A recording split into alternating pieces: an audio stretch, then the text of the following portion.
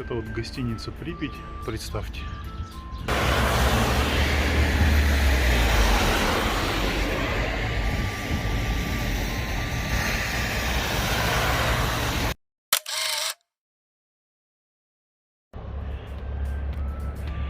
Итак, это автовокзал Пинска.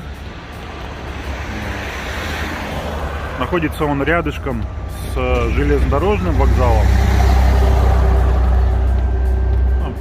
Подойдем ближе. История этого автовокзала начинается с 46 года, по-моему, если я не ошибаюсь. В 46 году здесь, в городе Пинск, появился первый автобус городской вагонного типа. А с 49 года здесь был организован первый городской маршрут. Внутри автовокзала есть магазин продукты, причем по средним городским ценам. Это посадочные платформы.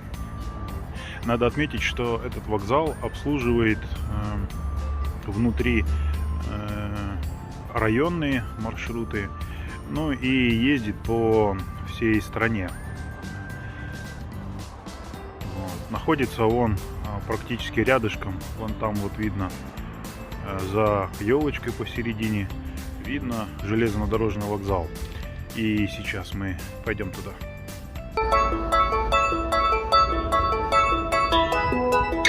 Что? Вон там вот, где видно автобус, это автовокзал. Мы идем в сторону железнодорожного вокзала, и видно, что здесь такой вот небольшой скверик.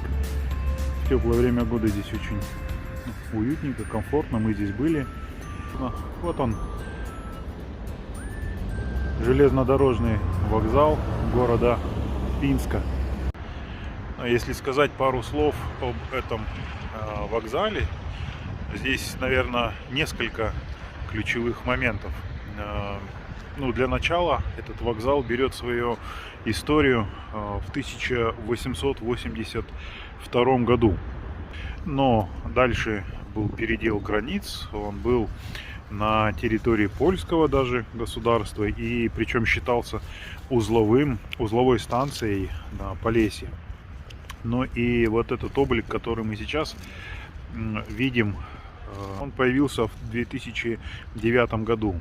Да, сначала было решение вроде бы как реконструировать его и сделать первозданный вид, но он был на самом деле в очень плохом техническом состоянии, поэтому решили сделать вот такую. Хотя внутреннее расположение помещений вроде бы как осталось прежним, которое было, ну, исторически уже привычным. Классическое расположение: есть табло с маршрутами, временем отправления, билетный касс, зал ожидания. Можно перекусить, есть небольшая кафешечка, и там же стоят автоматы для покупки билетов, а также, если просто попить кофе, есть кофейные аппараты. Интересно, если здесь говорить об общественном транспорте, здесь в основном ходит только автобусы. Да. И автобусы немножечко они отличаются от тех, что, например, в Бресте или в Минске. Здесь в автобусах ходят кондукторы, и купить билет у водителя уже, например, не получится. Но хотя при этом отмечают, что здесь есть тоже электронные системы оплаты билетов. Ну, что-то вроде «Оплати» или через Telegram.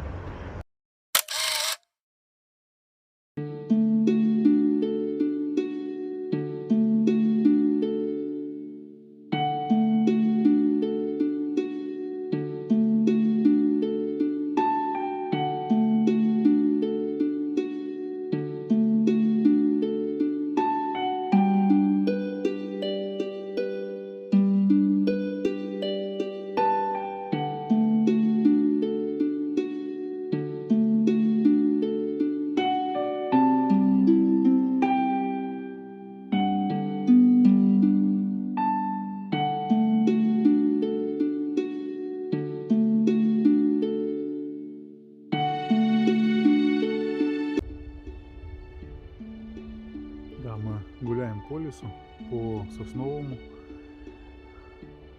Воздух здесь, конечно, изумительной чистоты, пахнет достаточно свежо. И интересно, что этот лес тоже используют местные спортсмены. Ну, например, видно, что вот здесь какие-то метки, а здесь учат молодых ребят спортивному ориентированию. Ну, видно, там город Пинск.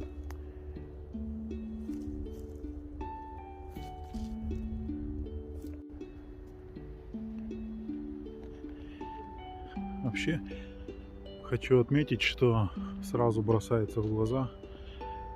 Это вроде бы городок маленький, но интересно, футбольная академия и на такой маленький городок. Здесь посмотрите, здесь 4 футбольных поля. 4 футбольных поля. Ориентирование спортивное. Много других секций. Приятно радует, что дети здесь не остаются без присмотра, и для них созданы все условия. Хотите найти этот лес, прогуляться здесь? Ориентиром будет футбольная академия. Такой маленький городок, 4 футбольных поля. Оказывается, это еще и не все. Смотрите. Это маленькое футбольное поле, которое для малышей. Как вам? Идем мы гуляем и смотрим вот небольшой палисадник вот таких вот деревьев. Видно, что они насажены. Здесь видно, что об этой территории заботятся. Но наше внимание привлекло именно вот такая своеобразная скрученность вот этих вот деревьев. Если кто знает, напишите в комментариях, что это за дерево. Ну а мы пойдем дальше туда.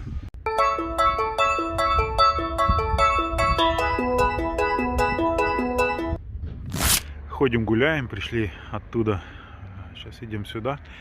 Ну и вот это вот одна из гостиниц. Ну, на наш взгляд, она расположена очень удобно, потому что вон там находится железнодорожный вокзал, буквально тут в нескольких шагах автовокзал, и она, конечно, имеет идеальное расположение, чтобы не искать долго место, где разместиться. Очень красивая снаружи, в общем-то недорого. Единственное, что хотелось бы отметить здесь с парковкой. То есть она на картах может быть есть, но парковочных мест здесь, вот как видно, вот эта вот парковка. И чаще всего она бывает занята. Поэтому у них парковка находится вот ворота, где желтый щит, и справа от них въезд туда во двор. Вот там у них парковка именно, которая относится к этой гостинице. Ну а мы пойдем дальше. Вот это вот гостиница Припять. И интересно, что снаружи она вроде бы выглядит так, но внутри, конечно, она выглядит немножечко иначе. Здравствуйте.